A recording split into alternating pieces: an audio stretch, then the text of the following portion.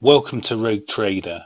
Please read the disclaimer and remember that prices can go down as well as up. Hello and welcome to another Rogue Trader video, and today I'm looking at Base Resources.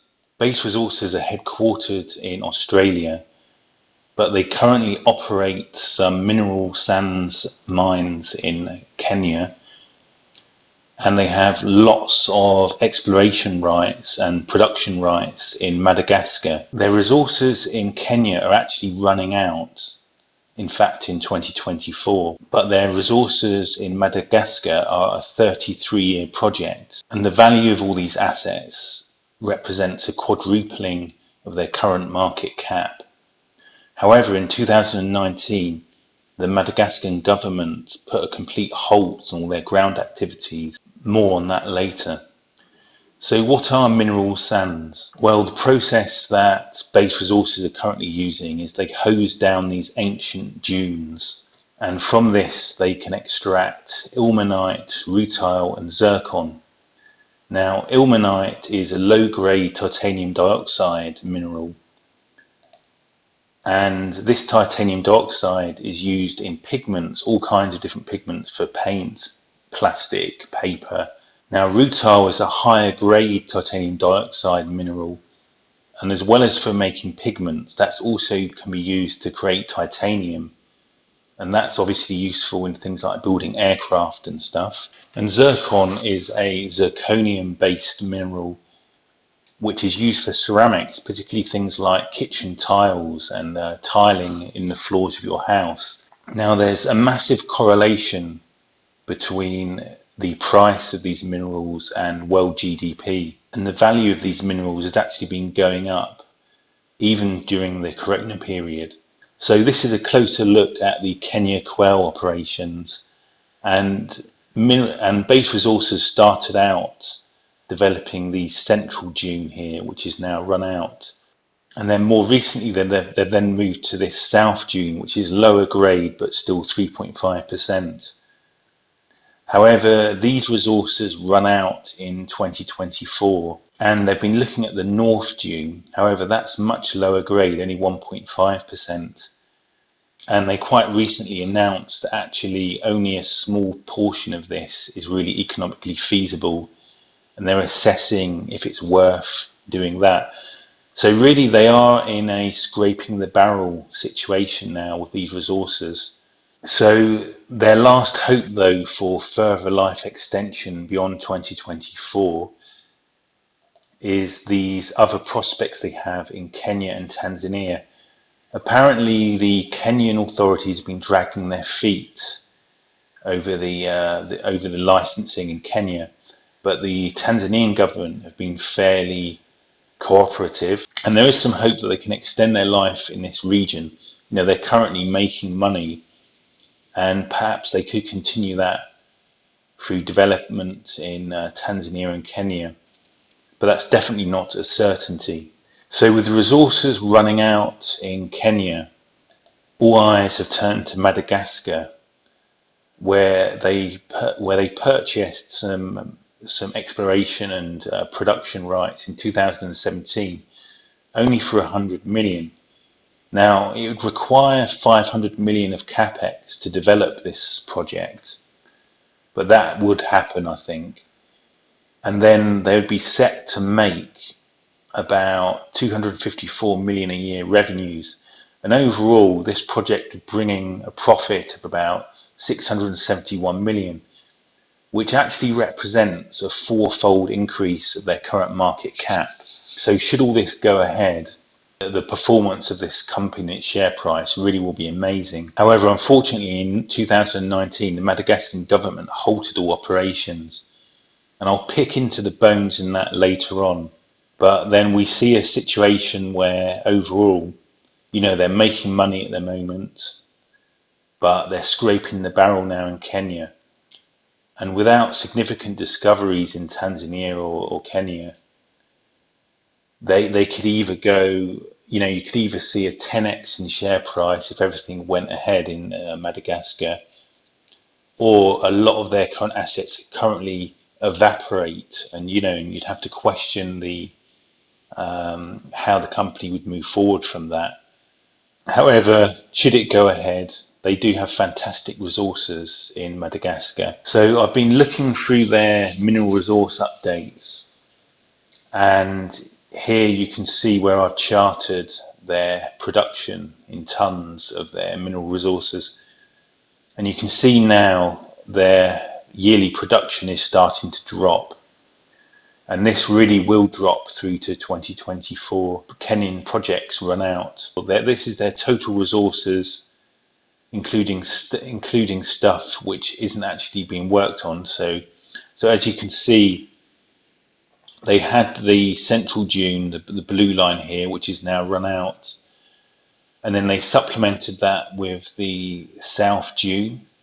However, that unfortunately runs out. Now there was hope that the North Dune would bring in something, but that's only partially feasible and under re-evaluation.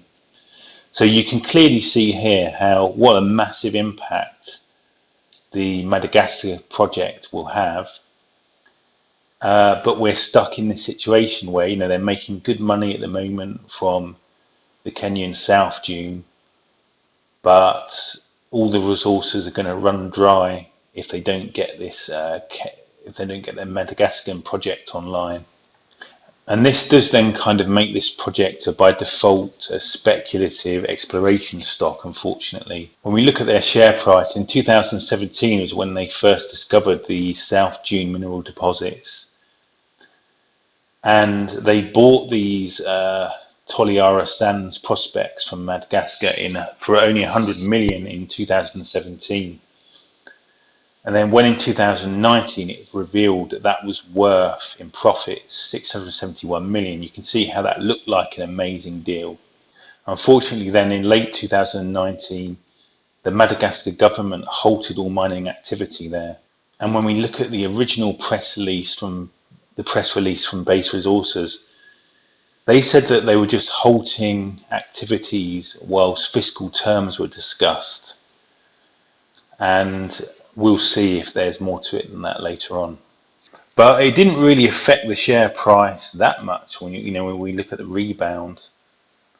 And generally, actually, their share price is fairly liquid. When you zoom in, and I'm on the London South East website here, you can see how static the share price tends to be for long periods of time.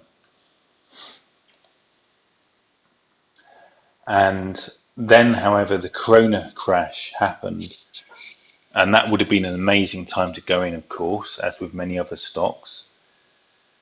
But then they recovered back, and they're at this kind of baseline again at the moment, and a fairly static share price. And that's despite some bad and good news. So the North Dune results came back that it was only feasible to mine a subset of the area under evaluation.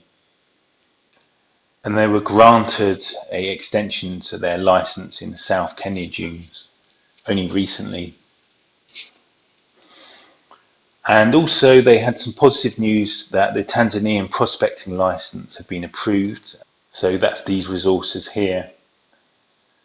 Of course, what alerted me to this stock was when I did my initial stock screen, they had an absolutely amazing dividend yield and were sub price to book value.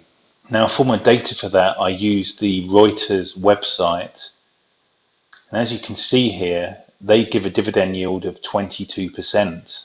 But actually, when I looked at their dividend payouts, RNSs, I found that their dividend yield was only 13%. And what's happened is, and this isn't the first time, Reuters have messed up in their calculations. And what's happened is the dividends are paid in Australian dollars, where the share price is in pounds sterling. And so Reuters have made a mistake there. They've not took account of the FX exchange rate. So this is why it's good to do your homework.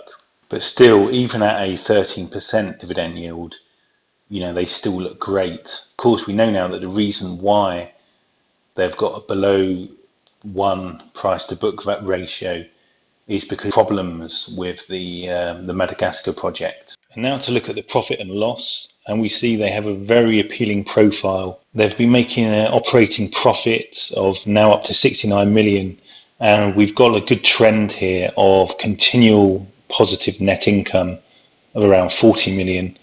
So now that their Kenya projects are mature, they really are looking in great shape. But of course, the question is, what about once those resources run out? And we can see here graphically as well that very nice trend. And then for their assets, the thing that really does stand out is how much cash they've got. So in full year 2020, 163 million in cash. And this shows how they're now able to pay back some nice dividends. Their debt now is, as updated in the interims, is vanishing to nothing. And, you know, they do look great with their asset and debt profile. Here's their composition of their total assets. And you can see cash and equivalents is a big chunk of that, as is their exploration and evaluation resources. Now, even when you consider their liabilities here, which is a small proportion of their total assets, their market cap really is, their total assets really are towering above their market cap, even if you add that to their liabilities. So yeah, they look good here. Of course, the problem is though that if Madagascar doesn't happen, then a lot of these exploration and evaluation rights will completely evaporate. If there's no more resources in Kenya from 2024, then all of the capex that they have there will basically become scrap value only. And here then, when I look at the longer term, you can see how their net assets really have towered above their market cap for quite some time. Even back here, before the problems became apparent in Madagascar, they were really actually quite undervalued here, you'd say. Whereas now you'd say it's probably about a fair value when you consider the risk to these assets here. But still, generally, a very nice looking profile. I mean, look at the cash there as a proportion of their market cap. So I did their consolidated statement of cash flows for 2020, and they had 270 million of sales coming in, plus they took out a 75 million loan. Now, their CEO did explain that they took that loan on just because it was right at the peak of the corona crisis. They weren't sure what was going to happen, but actually this company were practically untouched by the corona crisis. And so they're in process of paying all that back. They didn't really need it. But still, yeah, so 270 million in sales, 84 million in running costs, 28 million in tax. They paid 23 million repayment on their debts, and of course these repayments they don't have to do anymore because they've paid off most of their debts. And they typically be making a 10 million capex investment and 23 million in exploration, obviously mostly in Kenya and Tanzania. Overall, with that 168 million in costs going out, that left them with 125 million of surplus cash flow, which is very, very nice. And they now have 163 million cash in the bank as of the year end 2020. So I like to do the statement of cash flows. It gives a nice, different insight into how the company is performing. And they're looking so healthy, so nice right now. Of course, the problem is when the resources run out in Kenya, then this will start looking very different, of course. But certainly, as of the current snapshot, they look amazing. Now, here's the share ownership, and it's certainly noteworthy that the directors of the company seem to get lots of very large performance rights giveaways. They get given lots of shares. I kind of don't begrudge it because I think they've done an excellent job with this company up to now. But all the same, I don't generally like to see directors getting all these massive giveaways. Interesting, their COO here has actually been selling some of these shares as well.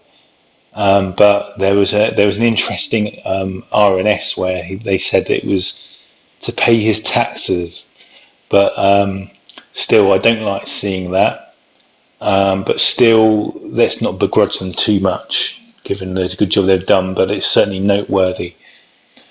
The most apparent thing is their major shareholders. Only 7% of the company isn't big institutionals, and HSBC own 29% of the stock, Pacific Road Capital 26%, and JP Morgan 10%. So these are some huge holdings as a percentage, and it kind of makes the company a bit beholden to the large institutional investors a bit. And I do think this does explain why this company is so liquid with its share price. I mean, you see how the share price just stays the same for long periods of time. And when you look at my watch list overall, they only on Friday they only had 2 trades in this stock, whereas more typically you'd get hundreds or thousands of trades. So that's some interesting insight there. And I couldn't help but come up with a little potential theory that maybe part of the reason for these huge dividends is that, you know, these large institutionals, none of them really can sell without completely destroying the share price. So you wonder, is part of this large dividend policy about basically recouping back to the investors while the company's still really healthy? Is it about perhaps paying back to these large shareholders so that there's like a kind of default strategy plan of, if Madagascar fails and they don't find resources elsewhere, at least the major shareholders get recouped back a large amount of their initial investment with these huge dividends. I couldn't help but ponder that. Of course, it's only my own speculation. So I checked the price of rutile and ilmenite and zircon, and despite the corona crisis, the prices of these have actually been going up or staying the same. So that's very good news. And just from the general research I did into these commodities, it does look quite favourable for their price, particularly because there's very little resources coming online. There still seems to be GDP growth all around the world supporting these prices. So ultimately with this company, very well run company, but their resources in Kenya are running out, and we do rely a lot on Madagascar. It was very hard to find any news on this on the internet. Much of it was in French, what there was. But this publication, Manga Bay, which just seemed a bit left-leaning and a bit environmentalist-leaning, I have to say. But they did provide some detail. Now, remember, the original RNS stated that the government was negotiating the fiscal terms, and that's why there was a ban on all groundwork. However, in this article, it goes into more, it seems there's a lot more to it than that. They actually give 4 reasons that the government gave in their press announcement. The first is that when the original company were given the exploitation permit in 2012, and this wasn't actually Base Minerals that got this permit, it was the company that they bought the project off for 100 million. But when that company got this exploitation permit, the law wasn't followed, irregularities in how the permit was awarded. And so this then creates a situation where, at best case really, Base Resources are having to just completely renegotiate getting a new mining permit, essentially. Also, in this court ruling, there apparently is a massive nature reserve, and the road that they have to build there, they've got their mining rights here, they're building a port here, and they have to build a road to connect the mining rights to the port. And this road goes right through this nature reserve protected area. So this as well is being raised by environmentalist people and stuff, and whoever's raising concerns. And that obviously is a bit of a complication here. Then the court also found that there were people with local land rights in this area, and they weren't really respected when the permit was given. And then finally, there was not a proper consultation process with local people. Now, obviously, this was not Base Resources' fault. It was the company who they bought the permit off. But still, you know, this seems fairly deep-rooted problems. And on a separate article, what actually started it all was when a local mob actually set fire to one of their mining camps. Then the government stepped in, halted all groundwork. Then there was this court case, and the Base Resources are kind of in the process now of going through the process of consulting with the locals, working out the land rights issues, and trying to get some kind of progress here. But when you look, Madagascar's right at the bottom of the league in terms of GDP across the whole world. And you can see here in this article, you know, it looks like they're living in mud huts. This is obviously quite a potentially difficult situation because, and I mean, I don't know, just my kind of interpretation on reading these articles is I think that Base Resources are going to provide a lot to the local communities here. They'll build schools, build hospitals, you know, when they train and educate the local people, and then after the mines are finished, they then turn the land into agricultural land that's spec'd up to Western standards and train the local people, and so they can completely transform their local agricultural economy. So there's so much that Base Resources can do for these people.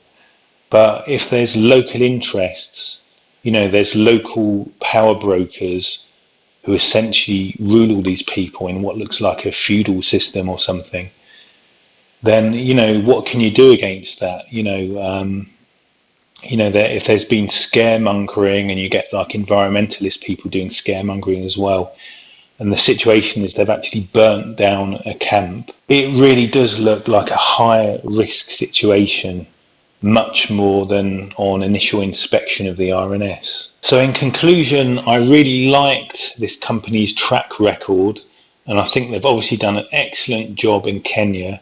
If anyone can get this thing moving in Madagascar, they can. But ultimately, the Madagascar project looks uber high risk to me. So I prefer to wait and buy on success there or on good extension of the Kenyan or Tanzanian projects. It was interesting to note the institutional control of this company in terms of the share ownership, and I do wonder if there's something going on here with the massive dividends that are some kind of payback strategy in case Madagascar doesn't go ahead. So that's my strategy now. Hold on them, buy on the good news if the share price boost is underwhelming, which could be the case looking at how static the share price generally is.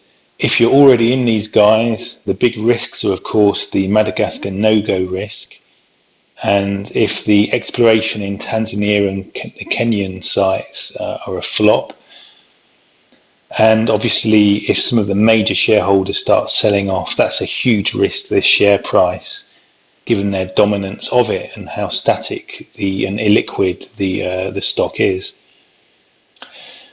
So that's my look at Base Resources. I hope you enjoyed this video, and good luck with your own investing.